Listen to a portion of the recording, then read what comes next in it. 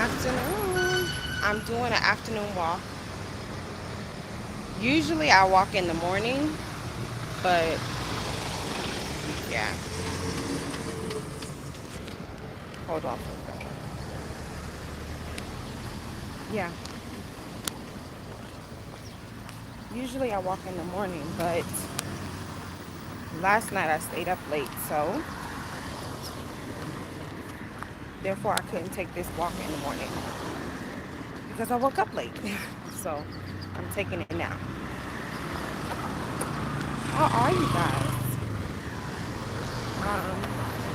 I just wanted to jump on because I haven't done a live on YouTube in quite a while, actually. And so I wanted to jump on one today so that I could be a little bit more consistent with you guys. So for those who don't know, my name is Nzali. This channel is Nzali Takes Africa. I talk about a variety of things, but mostly it's about how black women can create the life that they deserve. So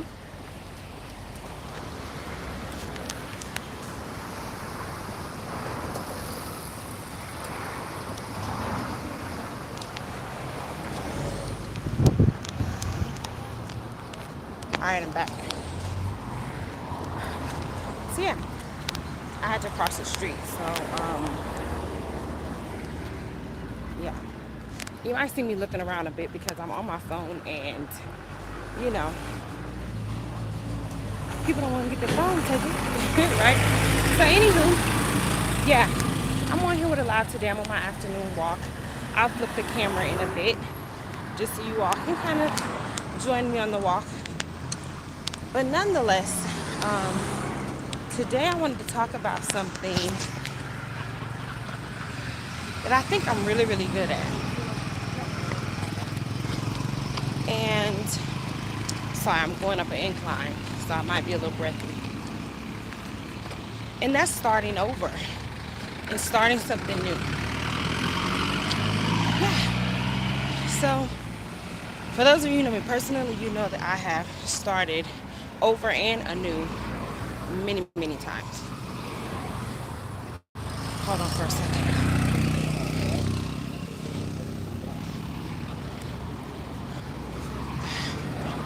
Hi. I just see someone jumped in, so feel free to tell me where you're watching from. Let me cross.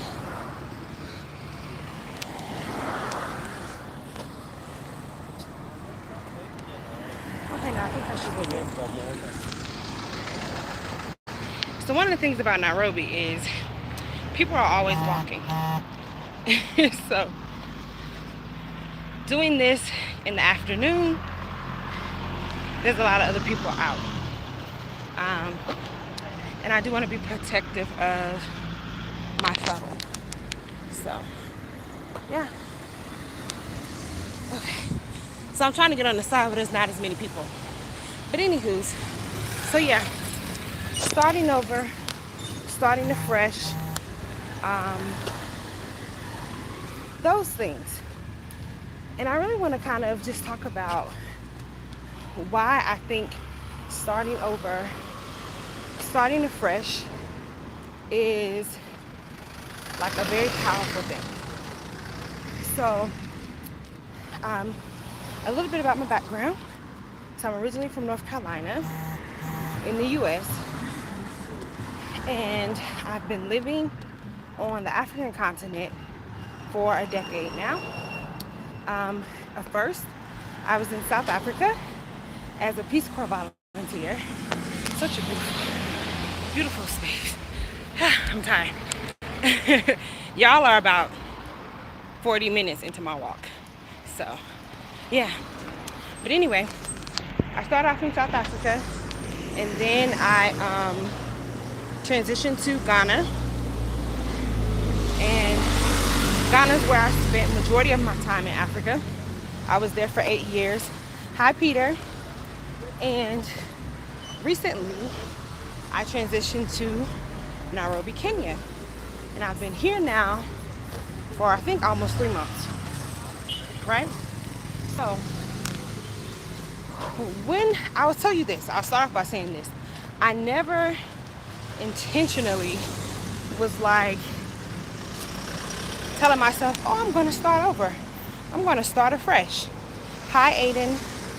I'm in Nairobi. So I never consciously was like, this is what I'm doing. But when I think about it, that's exactly what was happening. And each time, it was a very transformative experience. So right now, I like to tell people I'm like a cat. You know how they say a cat has 9 lives? I've had many, many lives. So depending on where you met me and when you knew me, it might be a whole different life that I'm in. So right now, I'm on my next life here in Nairobi. And one of the beautiful parts about being in Nairobi is that because different from Accra, it's a lot more calm, right? And I'm a woman who's getting, closer to 40. And at that age, you kind of want to calm down, right? Thank you for the compliments, y'all. Please tell me where you're watching from. And, so hold on. Hello. So you kind of want to calm down. And that's what this space has been offering so far. It's a lot more calm, a little bit more organized, and just very green, kind of serene, even though you're in the city. I know it may not sound like that now because it's traffic time, people are getting off work, but trust me, it is. And so what I'm also appreciative of is that at this time, I'm no longer afraid of starting over and starting anew, because I've done it so many times. Now I kind of know the process, right? So the process when you're starting over or you're starting anew is that the first part is you're really excited, right? You are like, oh, it's something new. It's the adrenaline. It's, all the things, right? And that can last for 6 months to a year, right? If you are a super optimistic person, it could be a little bit longer. But I'm turning around. Whew. I should be on the other side where the sidewalk is, but I'm not. It's more people over there. So yeah, the first part is you're excited. Everything's new, everything's fresh, everything seems like the best decision ever. And then after the honeymoon phase or the rose-colored glass phase, then you start to sink into the reality. So this is where the nuance picks up. You start to notice the little things. You start to notice the big things. You start to miss your old life, right? Or your old self. And then after you get through that phase, I call it like the reminiscent phase. You're thinking about, hold on, it's a truck.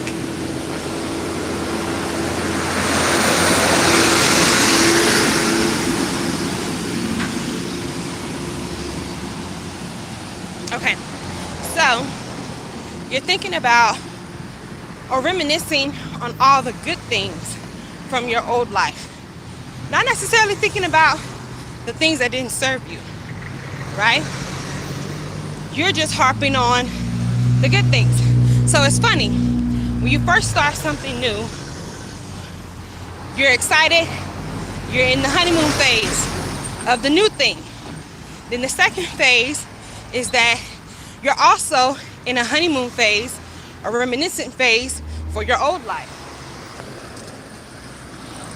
All the good things about your old life start to come up. And you start to ask yourself, is this the right thing for me? Right? And a lot of people will tell you that that's not a good phase, right? Don't question it. Just go with your gut, all of that. And I say to that, that it's the critical phase, because at every point in your life, when you're making decisions, you always want to assess and reassess if something is good for you.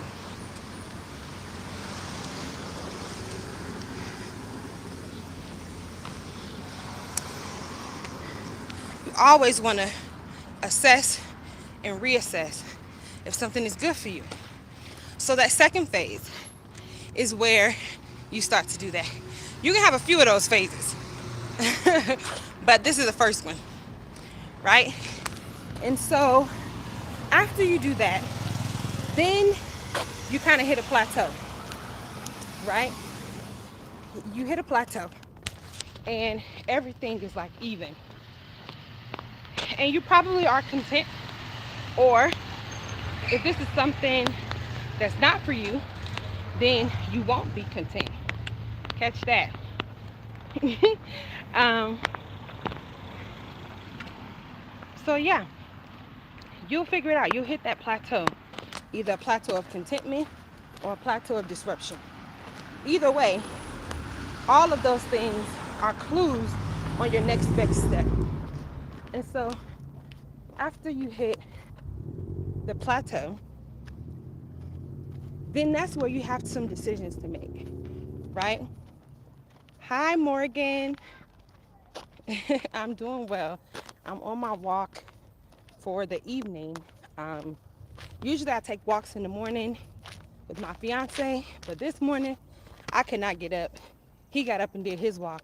So now I'm doing mine in the evening, walking to go get some fresh flowers, because I do fresh flowers on my dining table. Every week we have new flowers, and I'm a day behind. I should have did this yesterday, but yesterday was a very busy work day. So here I am on a Tuesday, walking to go get fresh flowers. The mall is about 45 to an hour from my house walking. In a car, it's much faster. But I definitely am trying to get more into my fitness space. And not fitness in the sense of like, I'm trying to be a muscle bound lady, but I just want to be happier with my fitness level. Um, just a baseline of good health. So, yeah, walking is a part of that strategy. So, yeah. So, yes, like I said, you hit the plateau. That's when you have some decisions to make. This is where you can either decide to go full throttle into this new experience, or you can decide to backtrack into old experiences. And usually if you're backtracking, what that means is that whatever you left behind, you didn't really learn everything fully. So now you got to go back and collect your lessons, right? Um, but if you're ready, you could move forward fully into a new experience. And so, like I said, I'm like a cat. I've had about 9, probably more than 9 lives. um, and so I'm at the journey now. I'm at phase 1 of my experience here in Nairobi. And I'm encouraging anybody else who is starting anew, starting over, whatever you want to call it, that you actually really enjoy that time. Like, enjoy the honeymoon phase, right? Don't rush to the next phase, right? Don't rush to the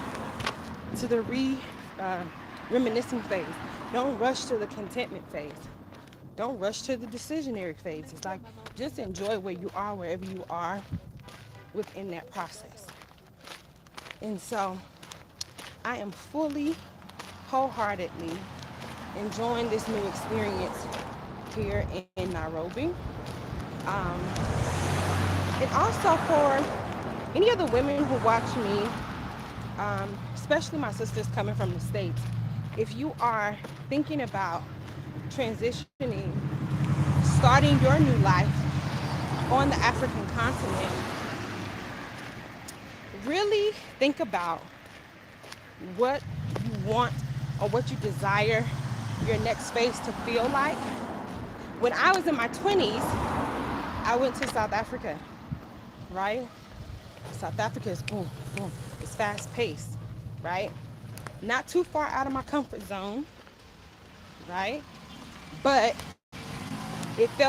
it was different, but it felt familiar enough where it wouldn't shock my system, right? Also in my 20s, I decided to go to West Africa. I went to Ghana. Ghana is the drum, right? It's intense. It's hot. you know, it's a lot of things that are like high intensity. You can stomach that in your 20s. I am crib hunting in Nairobi, and I will land after Christmas. Okay, awesome. Congratulations. Congratulations on that.